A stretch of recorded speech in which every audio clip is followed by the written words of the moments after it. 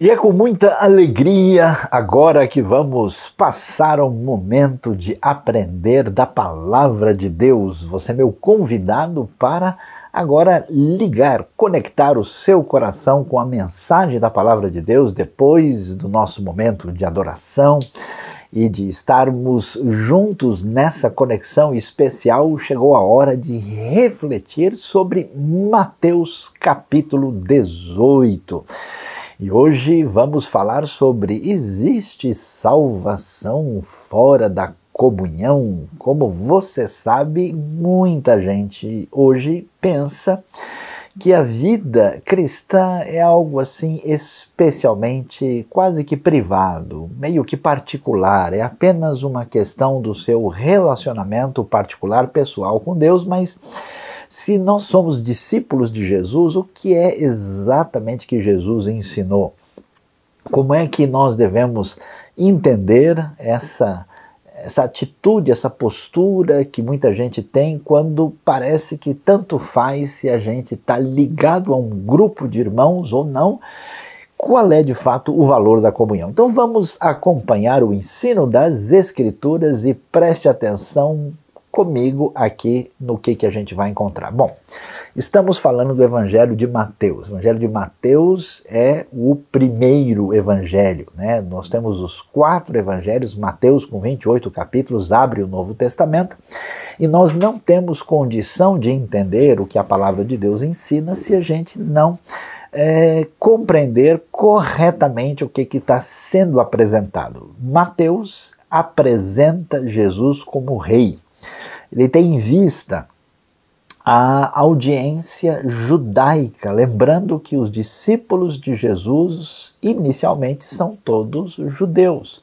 O evangelho começa a crescer ali à beira do Lago da Galileia, com aqueles discípulos pescadores, e ele vai se desenvolvendo até depois alcançar o que a gente chama de uma audiência gentílica. E para que Jesus seja entendido no ambiente judaico, nós sabemos que os judeus, tendo a lei na mão, o Antigo Testamento, com toda a sua amplitude que envolve a lei, os profetas e os escritos, eles sabiam que a referência principal era Moisés.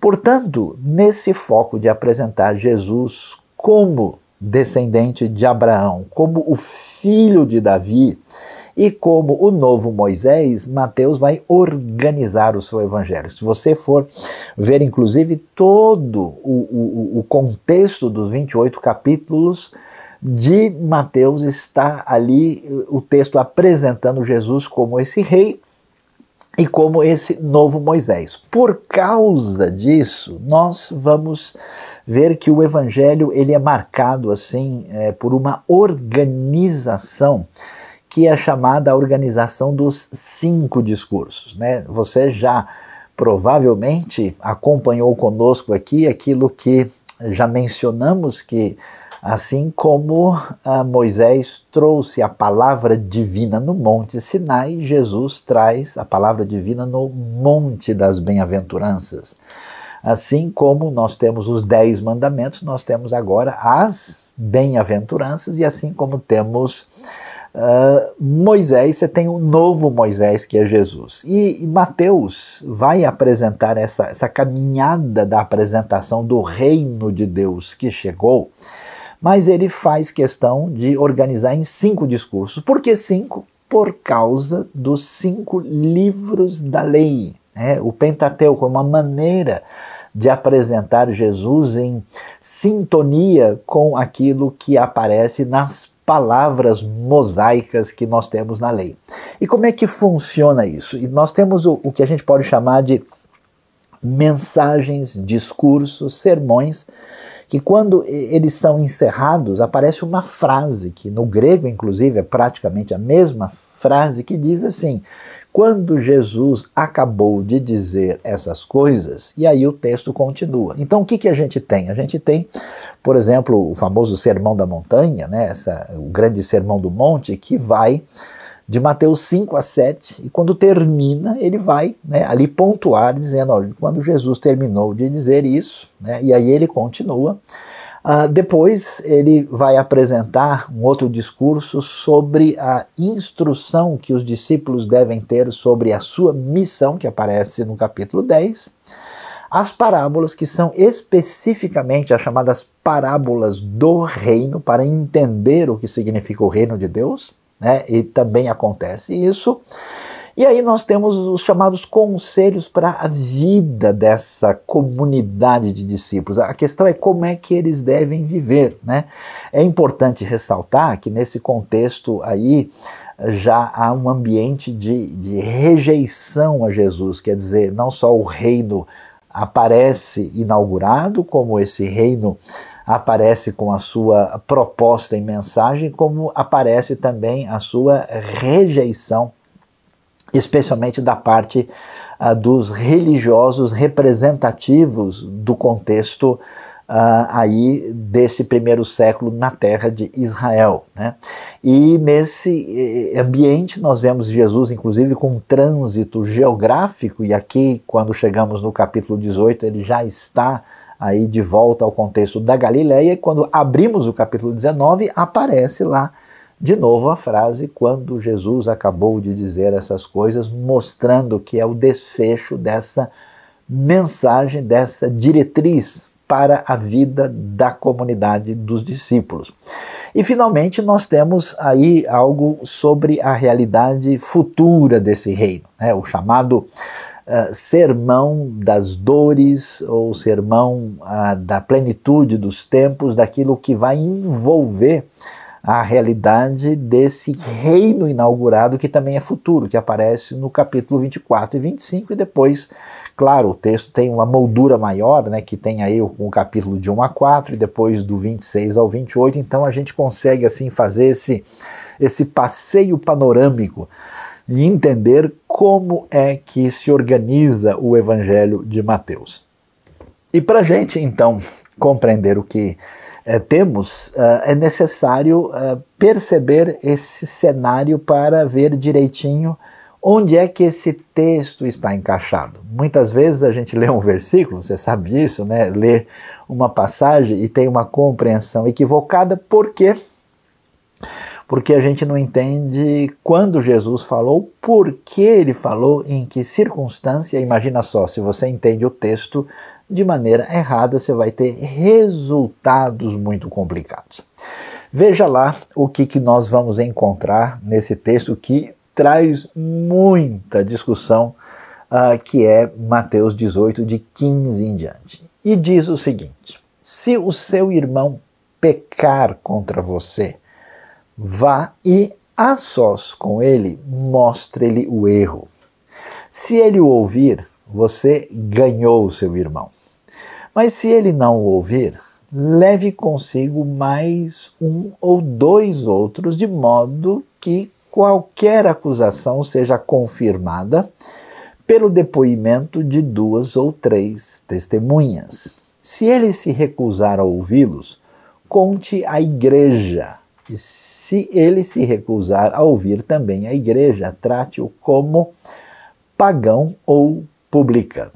Então, o que a gente vai descobrir aqui? Primeiro, há um destaque claro de que Jesus está falando para essa comunidade de discípulos e que existe o perigo sério de haver algum tipo de conflito, problema relacional, pecado fraternal dentro dessa comunidade. Por isso, essa questão do pecado precisa ser tratada, precisa ser enfrentada e precisa ser devidamente encaminhada. Isso é muito importante, por quê? Porque especialmente a gente que vem de um contexto, de uma cultura, vamos assim dizer, mais relacional, a gente não gosta muito de, vamos dizer, discutir as coisas e tratar assim em pratos limpos, né? Sempre a gente, como diz o pessoal, passa o pano, né? Dá aquela assim contornada para evitar, vamos dizer, algum tipo de desconforto e deixa como é que tá para ver como é que fica. E aqui a coisa vai ser tratada primeiro como um pecado objetivo. Quer dizer, se tem um problema, o problema existe lá e tem que ser enfrentado. E então esse texto chama a atenção para lidar com problemas de comunhão. Por que isso é tão importante? Porque eu conheço muita gente que hoje, por causa de problemas relacionais, preferiram abrir mão da sua vida comunitária. Preferiram abrir mão da proposta de Jesus de viver numa postura de distanciamento completa, sem qualquer vivência de serviço dentro do corpo de Cristo, achando que é possível, né, trilhar esse caminho da salvação sem se preocupar com comunhão. E é interessante porque a gente já viu isso, né? Aliás, não faz tanto tempo nós refletimos aqui sobre essa realidade, como a proposta do Evangelho trabalha numa direção oposta àquilo que é resultado do pecado na experiência humana. O resultado do pecado trouxe o quê? Fragmentação, trouxe a rejeição do próximo, trouxe uma atitude de desunião e até de conflito entre os diversos seres humanos.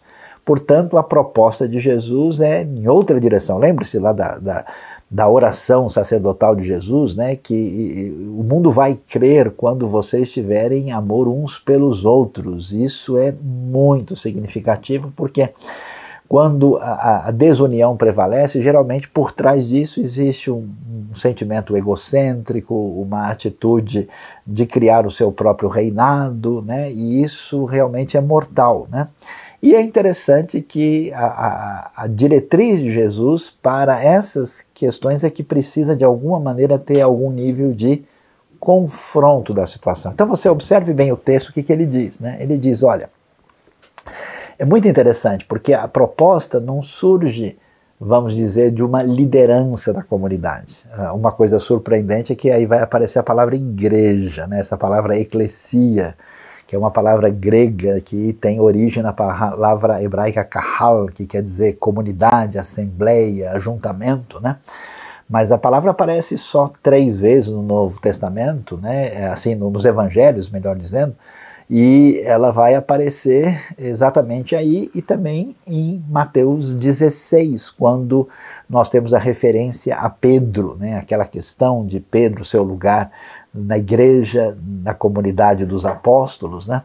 E aí nós vemos que a coisa acontece, é interessante, a partir daquele que faz parte da comunidade. Então diz, se o seu irmão pecar contra você, quer dizer, se houver um problema de relacionamento, e aqui a gente tem que ser muito sincero e objetivo, é claro que a gente não pode, né, ser uma pessoa de tolerância zero, né, que qualquer coisinha que alguém fizer contra mim eu tenho que fazer um movimento. Claro que se a gente não souber relevar pequenas coisas e se tornar refém do nosso incômodo, nunca a gente vai conseguir fazer nada na vida em nenhuma circunstância. Então, mas supondo uma coisa realmente séria, que seja lá uma calúnia, que seja lá algum problema de ordem de desfalque financeiro, que seja algum pecado que prejudicou de fato a outra pessoa, né? Então você vai lá e tente resolver um chamado à responsabilidade individual, né? Com ele e diga, olha, fulano, fulana, você fez isso, né? E isso deve ser feito, é muito importante ver o foco. O foco é sempre voltado não simplesmente para constatar o erro, não simplesmente para acusar a pessoa, mas o foco é ganhar o irmão. Então, apresente o problema tendo em vista a solução. Então, você ganhou o seu irmão se isso acontecer, supondo que ele não ouça de jeito nenhum e surja um impasse muito grande, é preciso ter o apoio da comunidade. Por isso ele diz, ó, nesse caso, leve 2 outros, né? Veja que a iniciativa ainda é do indivíduo que de alguma maneira foi atingido pelo erro e pelo pecado. Então leve 2 para que qualquer coisa que, né, você sabe como é que o ser humano pode às vezes confundir as coisas, para que não haja, né, barulho, ruído nessa comunicação, para que aquilo que é apresentado deve ser confirmado coisa que vinha lá da lei, por 2 ou 3 testemunhas.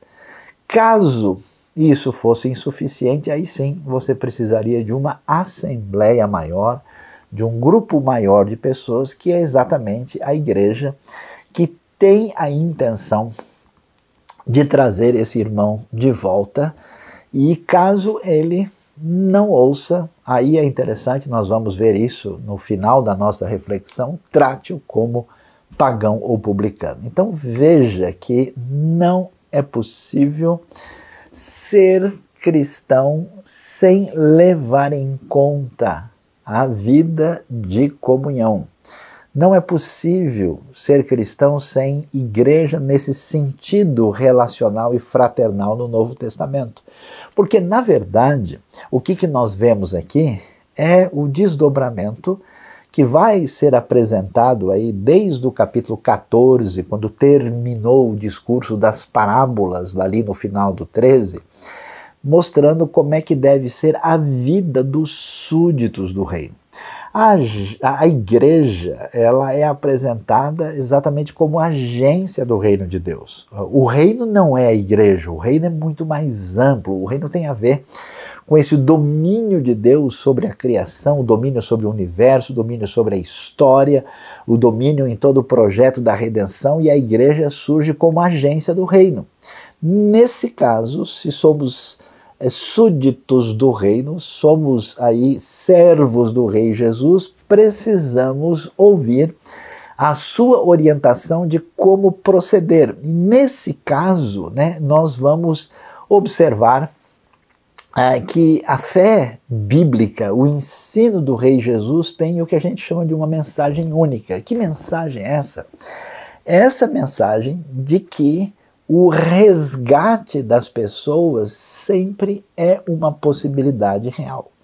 A grande verdade é que fora do contexto cristão, muito difícil você ter essa possibilidade de restauração das pessoas. Eu tenho visto testemunhos de muitas pessoas em vários lugares do mundo, quando você vê gente que não tem mais esperança, que cometeu todos os erros possíveis na vida, que entrou nos caminhos mais complicados, e quando essas pessoas se voltam para a fé, são resgatados pela graça, muita gente fica até revoltado com isso. O sujeito aprontou, fez tudo isso e agora ele está aí dando uma de santinho. Como é que pode uma coisa dessa? Mas a mensagem única do Evangelho é que existe esperança, existe perdão, que envolve desde soldado romano até escribas e fariseus, até pessoas de uma vida promíscua, até pessoas envolvidas com o mundo de violência, até pessoas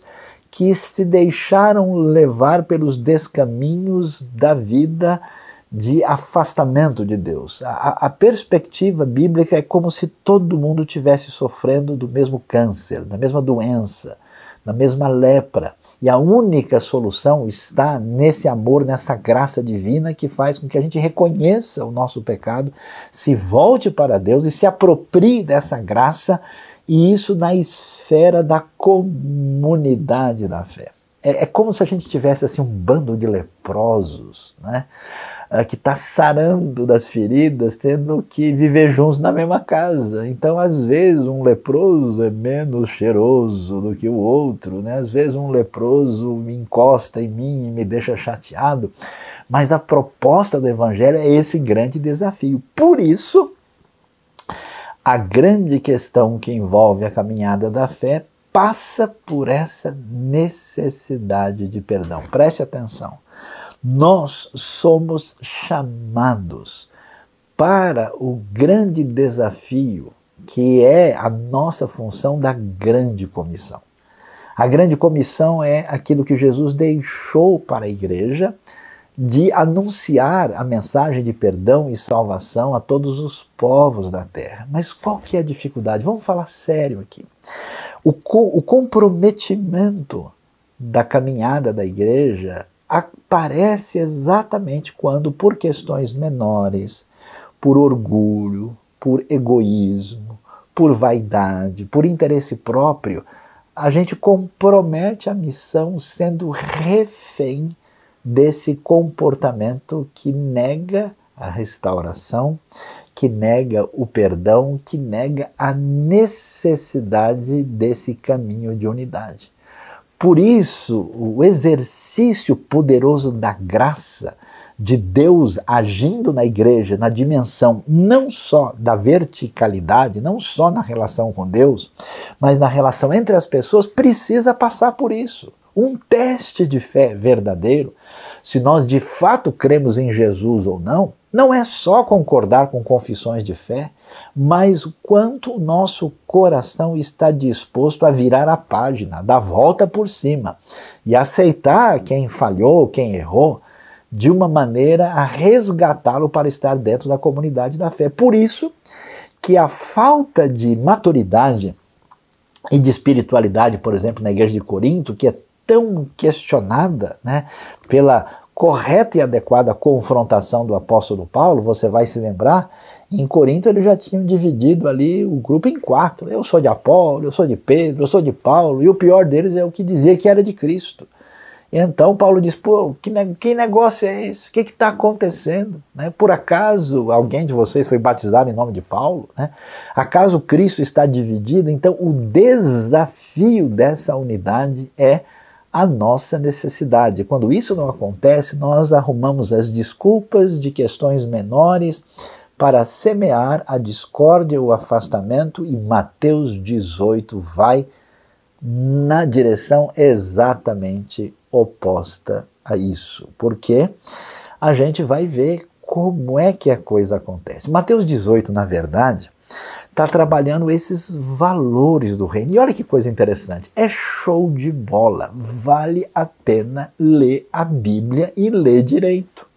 Porque quando você vai ver esses valores do reino, né, aquilo que está direcionado para os súditos, chama a atenção. Porque Jesus pega os discípulos aí preocupado com o quê? Quem é o maior no reino de Deus? Olha só a conversa da galera. Que é isso? Não é o que muitas vezes a gente imagina? Até a gente, na nossa tradição de igreja, muitas vezes a gente fica pensando, qual a igreja que é mais isso, é mais aquilo? Não, essa aqui é mais fiel, essa aqui é mais ortodoxa, essa aqui é mais animada, essa aqui é mais avivada, essa aqui é mais isso. Que coisa! O que Jesus faz para dar um chega para lá nessa conversa fiada?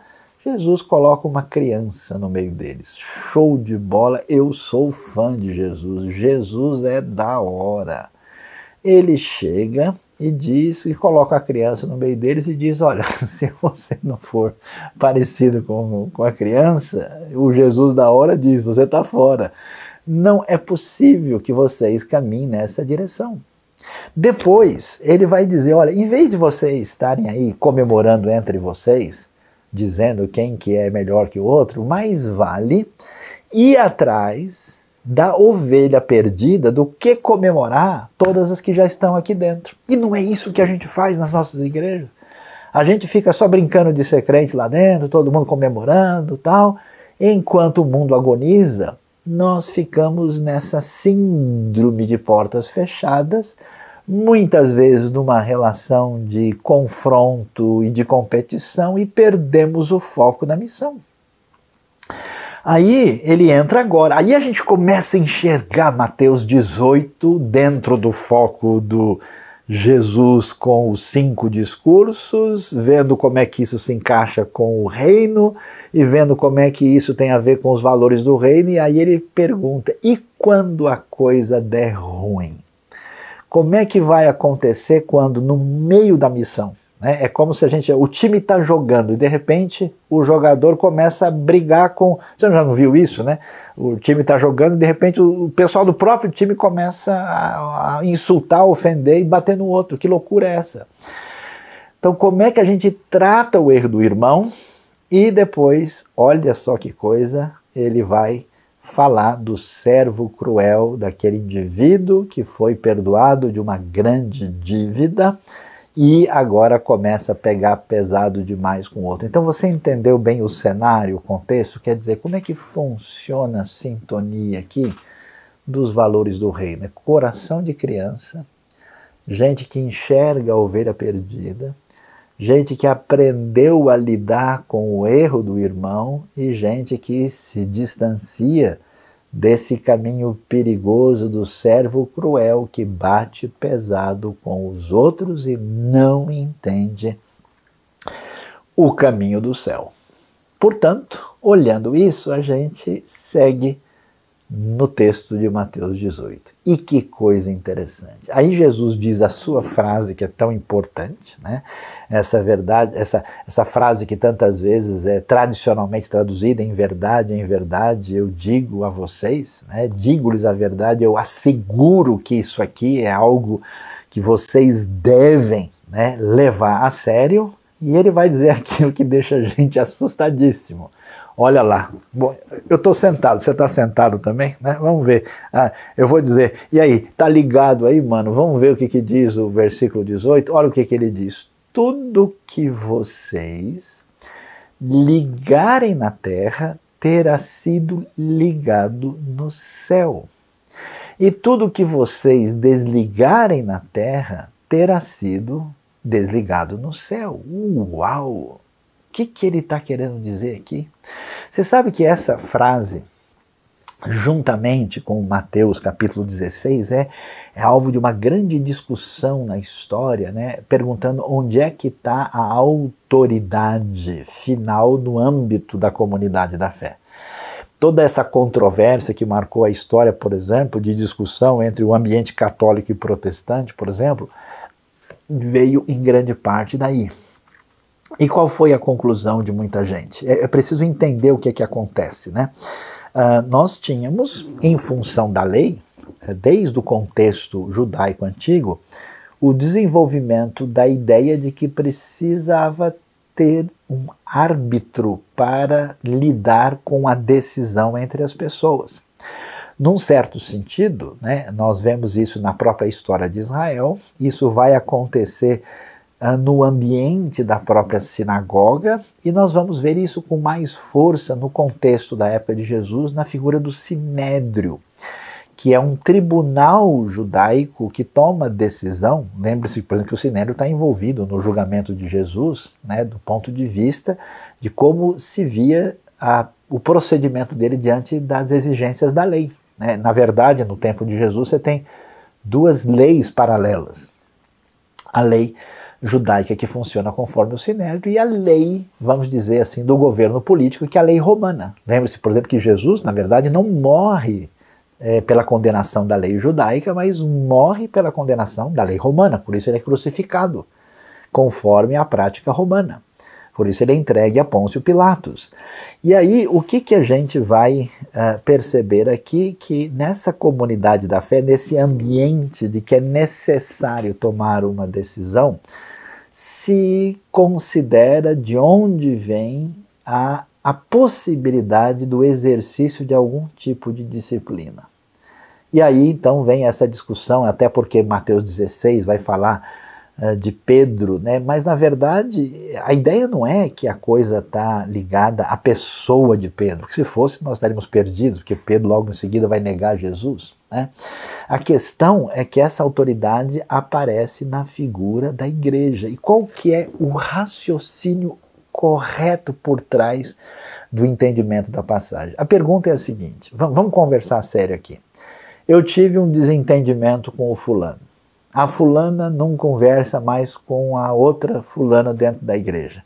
Será mesmo que se eu chamar a pessoa para resolver essa situação, pedir desculpa, pedir perdão, será que isso vai resolver de fato? As coisas que acontecem no âmbito da comunidade da fé, é o que a gente muitas vezes duvida, né? Tem repercussão diante de Deus? A resposta do texto é: tem sim. Porque a igreja não é vista no Novo Testamento como uma espécie de mera instituição religiosa. Ela não é vista no sentido de uma organização que simplesmente exerce poder e domina. A igreja é a comunidade dos alcançados pela graça. E nesse sentido, o que essa comunidade decide, ela tem importância no contexto do reino de Deus, sim. É diferente pertencer de fato a uma igreja ou não. Se você ler algumas passagens do Novo Testamento, você vai ficar muito impressionado, por exemplo, que, o poder de Deus se manifesta de uma maneira diferenciada quando o povo de Deus está espiritualmente reunido. Veja lá, em 1 Coríntios 14 aparece essa ideia, né, de quando vocês se reúnem. Aí você tem, inclusive, a ideia de participação dos anjos dentro do contexto da reunião do povo de Deus. A ideia da Bíblia, que parece estranha, por exemplo, que Paulo vai mencionar lá, quando escreve aos Coríntios, que o sujeito passou tanto do limite que ele deve ser entregue a Satanás. Ué, mas como assim entregar alguém a Satanás? A ideia é que ele, sendo afastado da comunhão da igreja, ele está espiritualmente desprotegido, no sentido em que ele não está mais nessa esfera da atuação do Espírito na comunidade, mas está naquilo que chama-se mundo e, portanto, numa situação de ruptura da sintonia com o corpo de Cristo.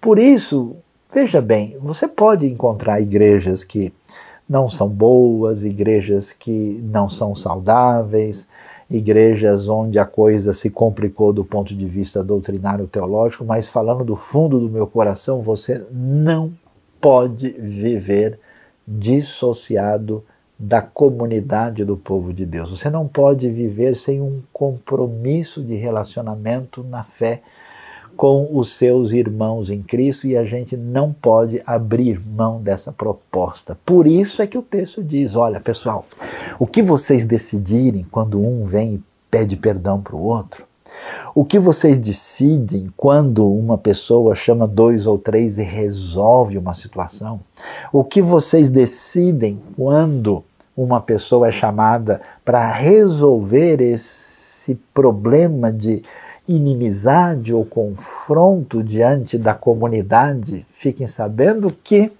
o que vocês ligarem na terra, atenção, terá sido ligado no céu. Opa, eu levei um susto agora. Como é que é? Ô Sayão, não sei se eu estou ligado o suficiente aqui para entender o que foi dito. Preste atenção no detalhe do texto do jeito que está traduzido. Algumas versões da Bíblia traduzem esse texto de modo errado. Elas traduzem, o que vocês ligarem será ligado no céu. Não é isso que está no grego. O grego tem exatamente isso, terá sido ligado. Por quê? Porque é claro, não é que uma coisa que eu decido aqui e Deus assina embaixo lá em cima. Tudo que a igreja vai fazer aqui, necessariamente Deus bate palma lá em cima, como se o poder tivesse aqui. A ideia não é essa. A ideia é, quando nós trabalhamos na direção, em sintonia com o ensino de Jesus, de João 17, da unidade do corpo, e praticamos o perdão mútuo, e nós trabalhamos na relação de comunhão, o que nós estamos fazendo aqui já é algo que tem sido definido lá em cima. Nós estamos aí fazendo operar essa graça que já é definida a partir do céu. Para que ninguém pense que o que a gente está fazendo aqui tem valor apenas humano. Não, isso tem valor a partir da própria proposta de Jesus. E da mesma maneira, o que desligarem na terra terá sido desligado no céu, mostrando que quando sim uma pessoa rompia com Deus, rompia com o Evangelho, rompia com a comunidade da fé, isso não é algo que cai no vazio. Isso tem consequências espirituais. Não é assim. Eu sei que talvez pode ser que o seu coração está machucado, pode ser que você foi ofendido de verdade, pode ser que você perdeu a esperança, pode ser que você deixou nutrir uma mágoa no seu coração, mas não faça isso. Volte-se para Deus, procure uma comunidade onde você possa respirar espiritualmente de novo. Não deixe o rancor impedir a sua relação vital de comunhão, que é essencial na proposta da salvação. E aí, olha que coisa bonita, olha que coisa especial do texto, olha lá. Também lhes digo que se 2 de vocês, preste atenção, concordarem na terra em qualquer assunto sobre o qual pedirem, isso lhe será feito por meu Pai que está nos céus. É muito importante entender isso, por quê? Porque isso não é o que muita gente imagina. Ah, puxa, agora, né, nós queremos comprar a fazenda do nosso tio, né? E tudo o que nós concordarmos aqui na terra, isso será feito por meu Pai que está nos céus. Mas veja, essa frase não pode ser entendida fora do contexto. O assunto aqui é perdão, é restauração de comunhão. Quando a coisa está difícil e a gente acha, como muita gente acha, só sentou 2 ou 3 ali na cadeira e fizeram uma oraçãozinha, você acha que isso vai resolver alguma coisa? A resposta do texto bíblico, olha, quando vocês estão trabalhando na restauração dessa unidade, que é preciosa aos olhos de Deus, quando vocês concordam, isso também está plenamente aceito e será executado, feito pelo meu Pai que está nos céus. Daí você vai ver quão valioso, quão importante, quão precioso e necessário e saudável é para o reino de Deus quando a gente bota o nosso orgulho de lado, deixa o nosso ressentimento na outra direção e abre o coração para celebrar a nossa união e a nossa comunhão. Nunca aceite entrar num caminho de isolamento, porque isso certamente vai trazer mais sofrimento. E aí a gente vai ouvir um texto, né? Porque agora a gente está vendo que o assunto tem a ver com a realidade da igreja, função da igreja, e essa igreja que é a agência do reino e que está mostrando para a gente que aquilo que a igreja está fazendo em função da sua sintonia com o reino tem a ver com essa conexão terra e céu. Então preste atenção, não brinque de ser cristão. Aquilo que a gente faz tem desdobramentos na esfera espiritual. Aquilo que nós como comunidade da fé estamos fazendo, conforme o ensino de Jesus, tem desdobramentos diante do Pai Celestial. Aquilo que a gente constrói, né, porque na verdade nós somos apenas servos da palavra. Não temos poder nenhum. Dependemos da palavra e do Espírito. Eu sou servo da palavra anunciando a mensagem de salvação. A pessoa que ouviu, como assim ele vai ser salvo pela minha palavra? É claro que não, eu sou apenas instrumento. Essa palavra alcança a pessoa e ela crê, ela confessa e ela é batizada. Mas simplesmente batizá-la, jogar água nessa pessoa de alguma maneira vai confirmar alguma coisa? Sim, porque tem a ver com essa profunda e misteriosa conexão entre a terra e o céu que aparece na descrição de Mateus capítulo 18. E agora a gente vai entender o texto que a gente nunca entendeu antes. Que coisa! Pois onde se reunirem 2 ou 3 em meu nome, ali eu estou no meio deles. Opa! Ah, que bom, nós estamos reunidos. É verdade que Jesus está presente de uma maneira diferente quando a gente está em comunidade, quando está sozinho? É verdade. A Bíblia em vários lugares mostra que essa relação da comunidade ela é percebida de modo diferenciado. Mas do que especificamente o texto está falando para a gente? Está falando exatamente o quê? Nesse contexto de restauração e perdão. 2 ou 3 em meu nome, quando se reunirem exatamente com esse foco que nós vemos no capítulo 18, o que Jesus diz? Ali eu estou no meio deles, mostrando, eu estou referendando todo esse trabalho de perdão, de restauração, de redimensionamento da comunhão, porque na verdade, você sabe que o foco da proposta de Deus envolve amar a Deus e amar o próximo. Ninguém pode amar a Deus a quem não viu se não ama o seu irmão a quem viu. Não é possível fazer a missão sem estar numa relação de comunhão. Por isso, hoje o nosso chamado é para romper o isolamento, romper o afastamento, romper essa solidão e pedir que Deus abençoe o seu coração que deseja a comunhão. O que a gente descobre? Que espiritualmente falando, conforme Mateus 18, igreja não é uma coisa simplesmente vista no âmbito denominacional. Não é só o CNPJ de uma organização que tem vida, vamos assim dizer, na existência jurídica. Não é simplesmente um ajuntamento de pessoas solto, não. Igreja tem autoridade. Autoridade que não vem dela, não vem de um líder centralizado. Ela é comunidade do povo de Deus, ela é corpo de Cristo, ela tem essa relação diferenciada. E nessa vida que tem a ver com a salvação, a comunhão é fundamental. Você não pode viver. Então eu peço que hoje você cheque o seu coração. Será que alguma coisa atrapalhou a sua caminhada e você está andando sozinho desde um certo tempo? Não faça isso. Sintonize, venha frutificar no reino. Seja um canal de bênção para abençoar tantas pessoas que precisam do reino. E a gente descobre que essa questão do perdão não é uma opção. Perdoar é sinal da graça. Por isso que Jesus vai contar depois a história do sujeito cruel. Quer dizer, se Deus fez comigo o que Ele fez, Ele me perdoou, depois de todos os caminhos perdidos onde eu andei, como é que eu posso negar?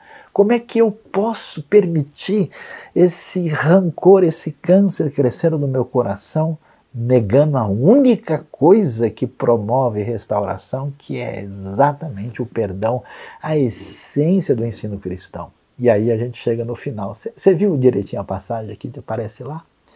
Jesus diz o quê?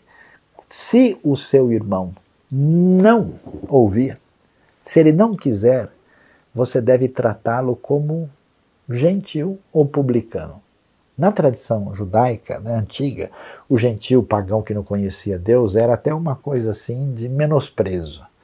E o publicano é o cobrador de imposto, traidor do povo. Então não há nada. De um lado, é verdade que o texto aponta para uma situação, olha, se a pessoa chegou nesse ponto, ele se colocou numa situação de exclusão tal que ele se posicionou na pior situação possível. Mas quando a gente lê Mateus 18 inteiro, quando a gente vê a história da criança, quando a gente vê a história do credor cruel que se volta contra o outro, no fundo, até você pode conferir depois a leitura como aparece na tradução a mensagem. Quando ele diz, olha, você trate a pessoa como gentil publicano, quer dizer, considere ele café com leite completo.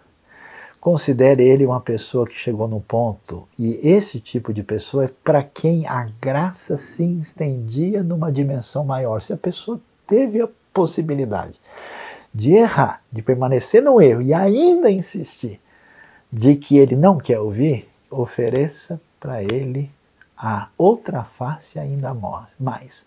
Vá ainda mais longe. Considere a pessoa mais afastada da graça, porque diante do desafio da comunhão é preciso ir até o fim para trazer de volta o irmão. Deus abençoe a nossa vida. Deus abençoe o nosso coração. Você gostou desse vídeo? A IBNU tem muito material para abençoar a sua vida e de outras pessoas, então se inscreva no nosso canal e ative o sininho para receber as nossas notificações.